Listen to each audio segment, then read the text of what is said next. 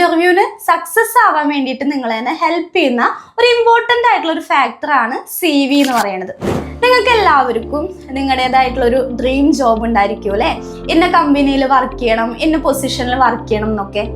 അപ്പോൾ നാളെ ഈ ഒരു കോഴ്സ് കഴിഞ്ഞിട്ട് നിങ്ങൾ പഠിച്ച് പുറത്തിറങ്ങി കഴിയുമ്പോൾ ഒരു ജോബ് ഇൻ്റർവ്യൂ അറ്റൻഡ് ചെയ്യുന്ന ടൈമിൽ ആ ഇൻ്റർവ്യൂവിന് സക്സസ് ആവാൻ വേണ്ടിയിട്ട് നിങ്ങളെ തന്നെ ഹെൽപ്പ് ചെയ്യുന്ന ഒരു ഇമ്പോർട്ടൻ്റ് ആയിട്ടുള്ള ഒരു ഫാക്ടറാണ് CV എന്ന് പറയുന്നത്.